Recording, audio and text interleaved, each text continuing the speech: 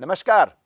आइए आज हम एक बहुत ही रोचक अध्याय के बारे में जानेंगे जिसका नाम है शंकु परिच्छेद। जब इस अध्याय को पूरा पढ़ लेंगे तो हम क्या क्या जान पाएंगे, आइए देखते हैं। इस अध्याय के अंत तक आप देख पाएंगे कि शंकु परिच्छेद वास्तव में क्या होता है। हम जान पाएंगे कि इसमें 4 प्रकार के वक्र की आकृति बनती है और पहली आकृति वृत्त क्या होती है, कैसे बनती है, फिर परवलय कैसे बनता है, उसके बाद हम देखेंगे दीर्घ वृत्त और अंतिम में अति परवलय की आकृति कैसे बनती है और इसको हम आगे जान पाएंगे। तो आइए चलते हैं। सबसे पहले हम बात करते हैं शंकु परिच्छेद की।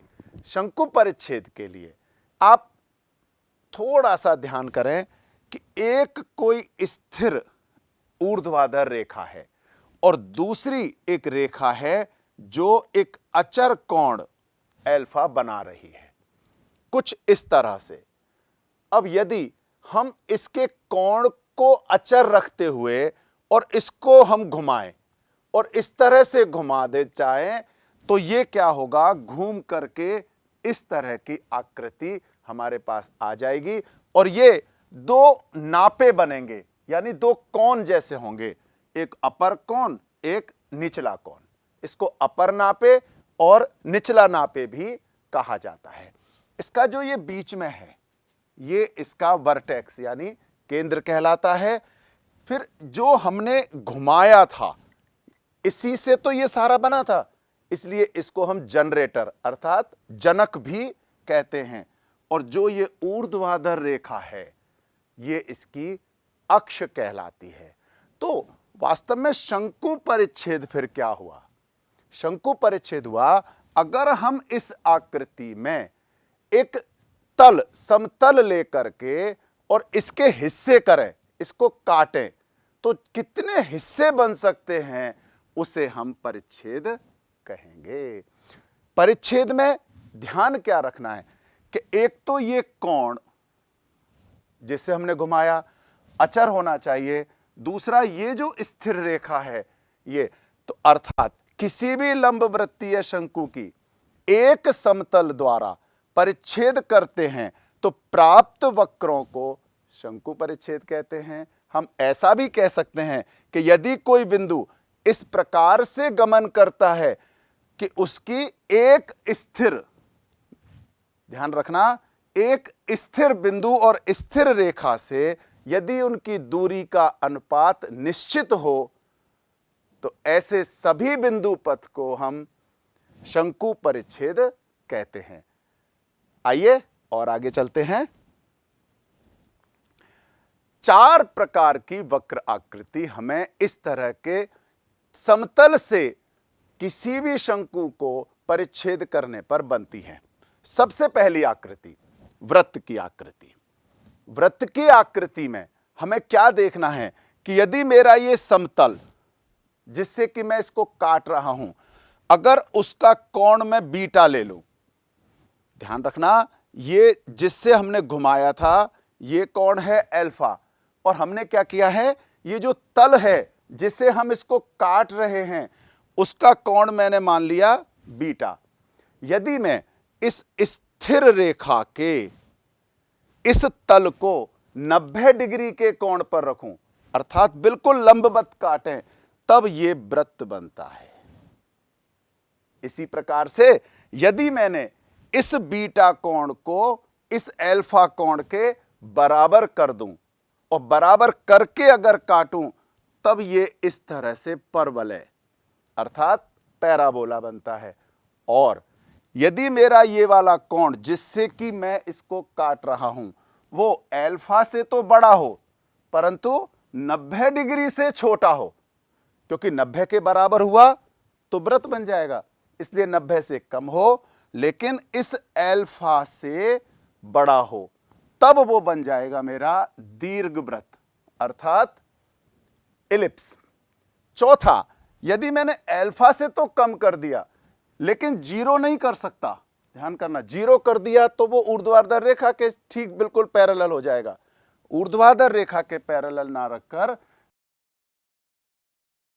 लेकिन 0 से बड़ा हो लेकिन अल्फा से छोटा हो, तब वह बन जाएगा अति परवलय आकृति। इस प्रकार से इन 4 आकृतियों के बारे में इस अध्याय में पढ़ेंगे।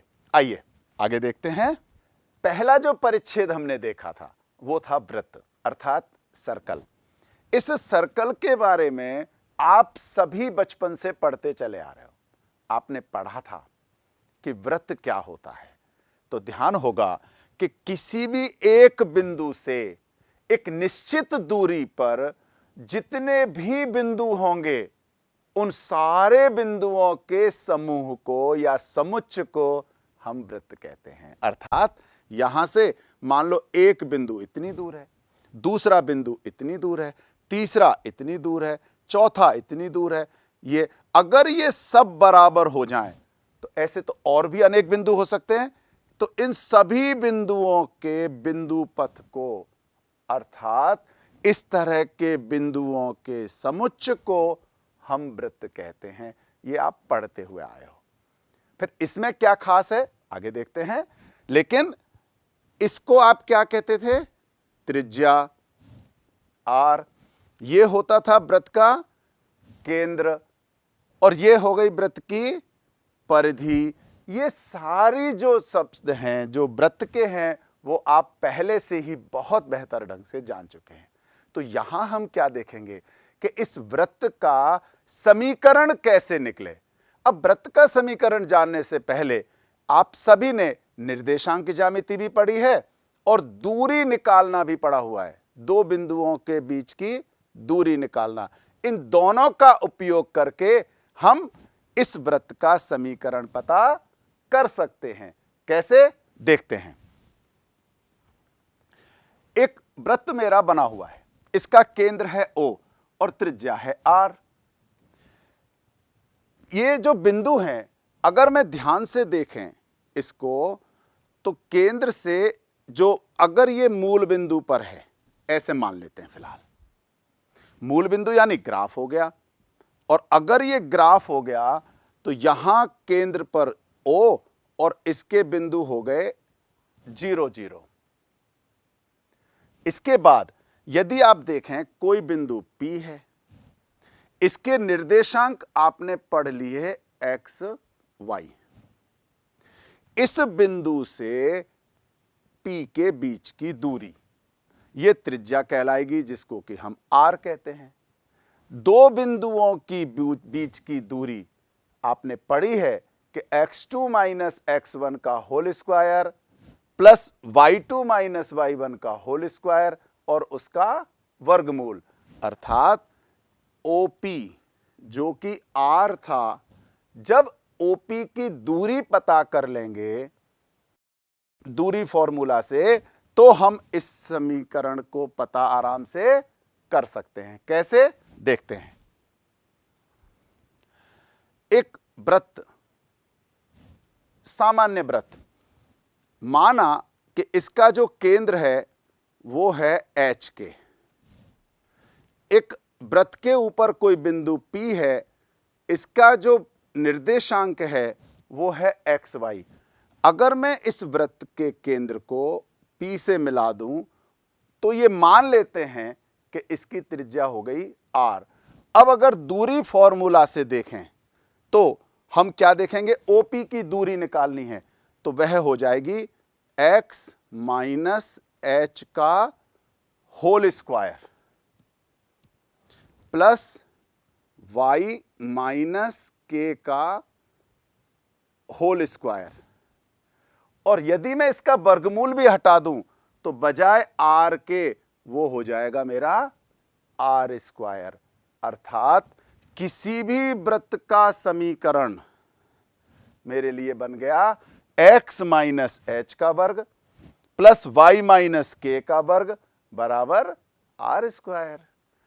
किसी भी वृत्त का समीकरण पता करने के लिए मुझे दो चीजों की आवश्यकता पड़ेगी, h के यानी केंद्र के निर्देशांक, दूसरी जरूरत पड़ेगी कोई भी एक बिंदु जो वृत्त पर हो, पूरे वृत्त पर, ये हम जानते हैं कि ये एक्स वाई सभी बिंदुओं को एक प्रकार से रिप्रेजेंट कर रहा है।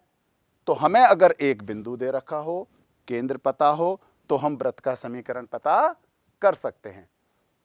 यदि मान लो, जैसा हमने अभी थोड़ी देर पहले देखा था, केंद्र 0 0 हो, आप जरा यहां देखें, केंद्र 0 0 है तथा त्रिज्या r है, तो ऐसे वृत्त का समीकरण क्या होगा? आप देखें, केंद्र यानी जो आपका एच के है उसका मान दे रखा है 0 0, अर्थात वृत्त जो बना हुआ है ये आप ऐसे मान लें, ग्राफ के बीच में बना हुआ है और इसकी त्रिज्या दे रखी है r। तो h और k का मान 0 होते ही समीकरण हो जाएगा x की घात 2 प्लस y की घात 2 बराबर r की घात 2। एक विशेष बात वृत्त के समीकरण में ध्यान में रखने की कि एक्स स्क्वायर और वाई स्क्वायर के जो कोफिशिएंट हैं, ये जो संख्याएं हैं इसके बाद की, वो हमेशा बराबर होंगी, कभी भी अलग अलग नहीं हो सकती। तो इस तरह से जिसका केंद्र 0 0 हो, त्रिज्या r हो, उसका समीकरण X square plus Y square बराबर r स्क्वायर। एक और देखते हैं कि यदि केंद्र -3 2 हो और त्रिज्या 4 हो तो क्या होगा? केंद्र -3 2 अर्थात h के हमें दे रखा है -3 2 और त्रिज्या r का मान दे रखा है 4 इकाई। अब इसके यदि वृत्त का हमें समीकरण पता करना है तो हम क्या करेंगे?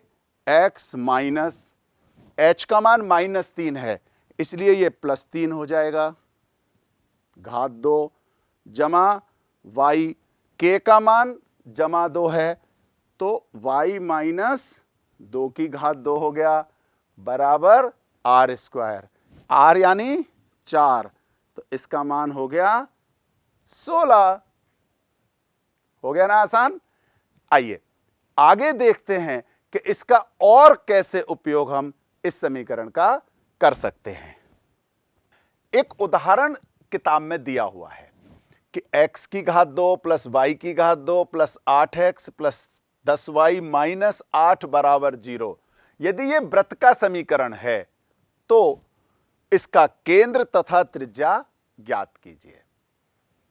आप लोगों को थोड़ा सा ध्यान देना है कि जी अभी तक तो हम पढ़ रहे थे एक्स स्क्वायर वाई स्क्वायर, ये अचानक इसमें 8x और 10y भी आ गया। ये तो समीकरण ही नहीं है वृत्त का। बिल्कुल है। कैसे है इसको पहचानना सीख लो कि जैसे मैंने बताया था कि एक्स स्क्वायर और वाई स्क्वायर के साथ जो कोफिशिएंट है अगर बराबर है, अर्थात 1 है या 2 है, दोनों में बराबर होना चाहिए, तो आप मान लेना कि वो वृत्त का समीकरण है। अब इसमें खास बात क्या है कि 8x भी दे दिया। आप सभी ने 6ठी से 8वीं तक गुणनखंड पढ़े हैं, उनका विस्तार भी पढ़ा है। तो एक बार ध्यान करें कि मुझे इसे पूर्ण वर्ग बनाना है तो कैसे बनाना? मेरे पास है x की घात 2 जमा 8x। मैंने इसको और इसको लिया है अभी केवल। अगर मुझे इसको पूर्ण वर्ग बनाना है तो a स्क्वायर प्लस 2ab तो दे रखा है, b स्क्वायर यहां से गायब है, तो b स्क्वायर निकालने का सबसे आसान तरीका कि जो भी x का कोफिशिएंट है उसका आधा करके वर्ग कर दो। 8 का आधा कितना होगा? 4। अर्थात मुझे केवल क्या करना है, 4 का वर्ग 16 इधर जोड़ना है और 16 ही बराबर के बाद जोड़ना है। बराबर के दोनों तरफ अगर समान संख्या जोड़ी जाए तो कोई फर्क नहीं पड़ता। इसी प्रकार से आप देखें वाई स्क्वायर के साथ 10y है, अर्थात वाई स्क्वायर प्लस 10y। अब आप बता सकते हो आसानी से y का जो कोफिशिएंट है वो 10 है, 10 का आधा 5, 5 का वर्ग 25। अर्थात मैं क्या करूंगा, दोनों साइड में 25 जोड़ देंगे। एक -8 इधर दे रखा है, इसको मैं उधर ले जाऊंगा तो ये हो जाएगा +8। ये सभी को स्पष्ट हो गया होगा।